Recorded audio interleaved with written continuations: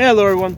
So today we're going to be doing double taps at 200 yards with the AR-47. Okay, so this is a mil-spec AR-15 lower with with a 7.62x39 AK-47 round upper. Okay, because it's a mil-spec lower, it takes standard AR-15 magazines.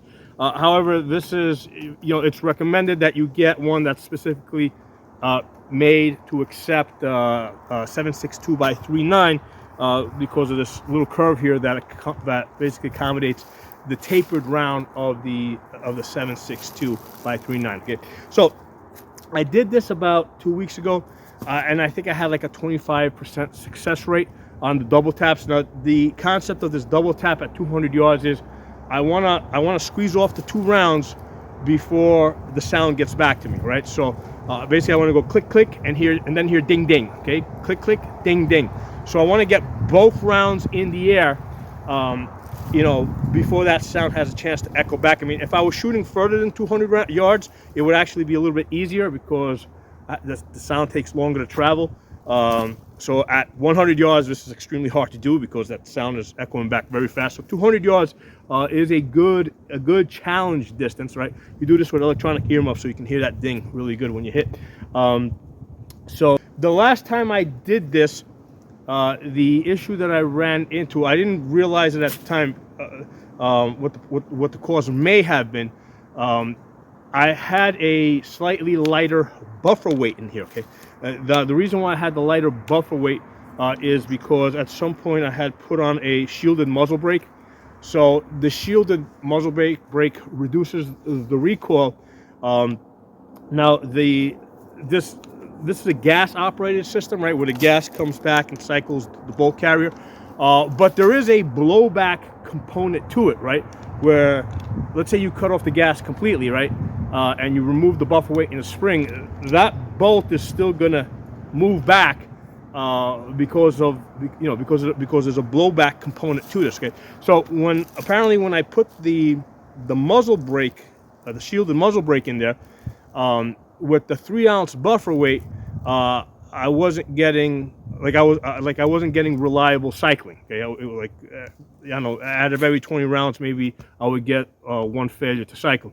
So the reason was what I just explained, because the shielded muzzle brake reduced some of the recoil that was cycling the bolt. So I basically made a 2.4-ounce buffer weight, right? I just removed some of the I took a 3-ounce and removed some of the weights from the inside, and that was working really reliable.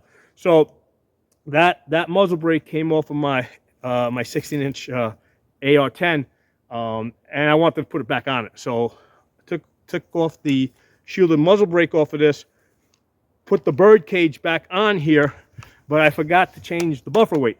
So the last time I did this exercise, I had a 2.6-ounce buffer weight, which is going to give you, slightly more felt recoil. So now I've put back the 3-ounce buffer weight. So I want to see that. So that's what I want to see today. I want to see how much that makes a difference. Okay. So let's do this.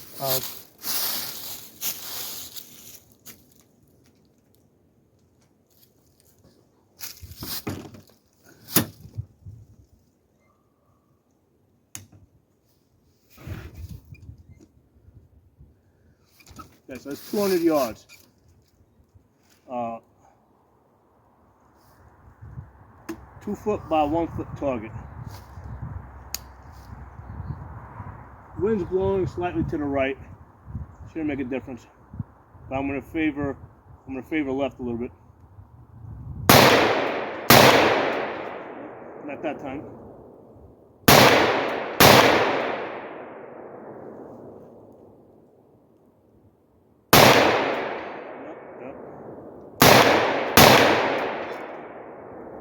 That time I got it.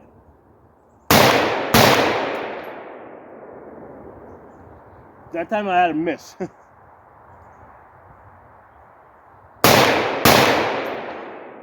time I got it. That time I was just off.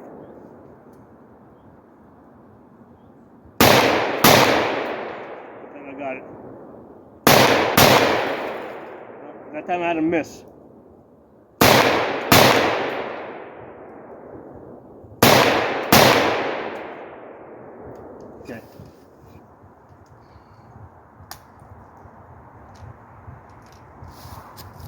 Okay, so with the slightly high, heavier buffer weight, which I think is standard, right? It's a 3-ounce buffer weight, which is what should be on here with flash hider. Keep in mind that if you put a muzzle brake on it, you may have to lighten up the buffer weight. So it seemed like it was a little bit easier. I think my success rate was still around that 25%. So there was no drastic improvement. There was a little bit of a, because here's the thing, I'm not looking for a perfect sight picture here, right? Because I'm trying to get those 2 shots. So take the first shot. As long as I'm someplace within the target, I take the second shot, okay? So using that method, it's a little bit instinctual, right? So take first shot, boom, boom, right? So as long as it's within here. Now, a couple of times I just didn't take that second shot, and that's because I was like way off, way out here somewhere. So there was like no point in that. So as long as I'm anywhere within that target, I'm going to take that second shot. And it, like I said, I had about 25% success rate. So yeah, I wanted to test it out with the standard buffer weight in here. I forgot about it last time. It felt definitely. I'd say the biggest difference was in the felt recoil. I mean, it definitely feels a little bit lighter, but with the 7.62 by 3.9, yeah, it's still, it moves. It's not a 5.56. It's gonna move. It would probably be a little bit easier because this is a smooth table. If I was doing this prone, right, where I could basically like push, like load up on the bipod, like push into it a little bit, that would help with the stability. I can't do it prone here because I don't have the clearance. If I go prone, I can't see the target because the ground is kind of hilly, okay? So yeah, you're not going to always have the ability to shoot prone, and you're not always going to have that ability to load up on the bipod. As we get into the wintertime, what happens is the table tends to freeze up, and so wherever I put these things, they freeze, and then I can kind of like push into these a little bit so I can load up on the bipod that way, but we're not quite there yet. But that would definitely help with stability a lot, right? I suppose I could have found a rock or something to put it on the table. So anyway, real quick, let me talk to you guys a little bit about the AR-47 because one of the guys, my viewers was asking me about it. Give you a little bit more details. So it's a mil-spec AR-15 lower. Okay, takes like basically this section here is like mil-spec AR-15 magazine. But then it just has this curve here to accommodate the taper of the rounds.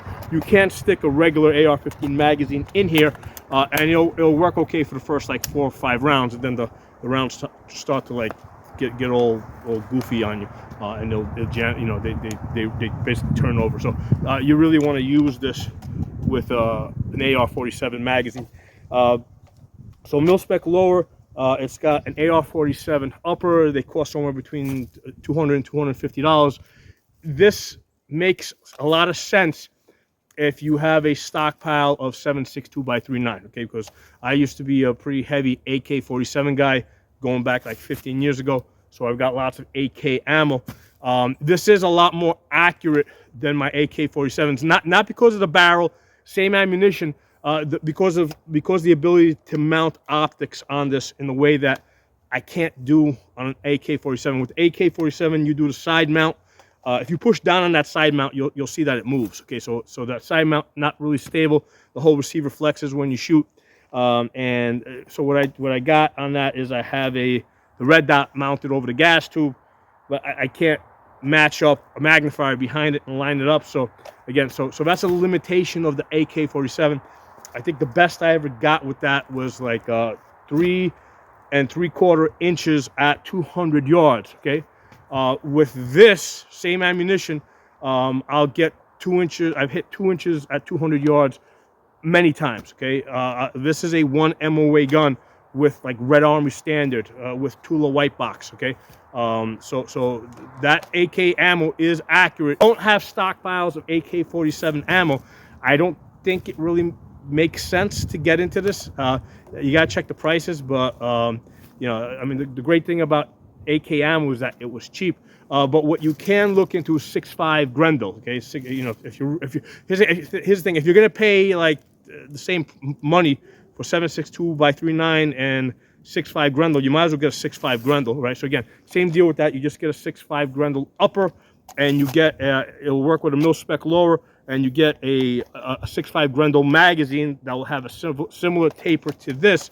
The cheap, the standard 6.5 Grendel ammo is going to have about the same power, the same energy as your 7.62 2x39, okay?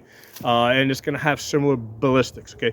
But with the 6.5 Grendel, if you get the expensive stuff, now you can really push that out to 1,000 yards, right? There's lots of people that shoot 6.5 Grendel to 1,000 yards, but just keep in mind, you got to get the good ammo for that, right? You got to get the hot stuff. But you know, you've got the ability to do it, right? So you have an option with the 6.5 Grendel where you can go cheap ammo for shooting inside of 300 yards, or you can get the expensive stuff and push out there towards 1,000 yards. So 6.5 Grendel is very comparable to this AR-47, and that's probably what I would advise unless you have a stockpile of 7.62 2x39 like I do. Okay, but yeah, fun exercise. Like I said, it's just another training exercise. Try and get you better. Okay, so I've been kind of going back and forth between this and the 5.56, comparing the two. Different configurations, different barrel lengths. Yeah, it's it's a fun exercise. So try it out. Let me know how you guys like it. All right?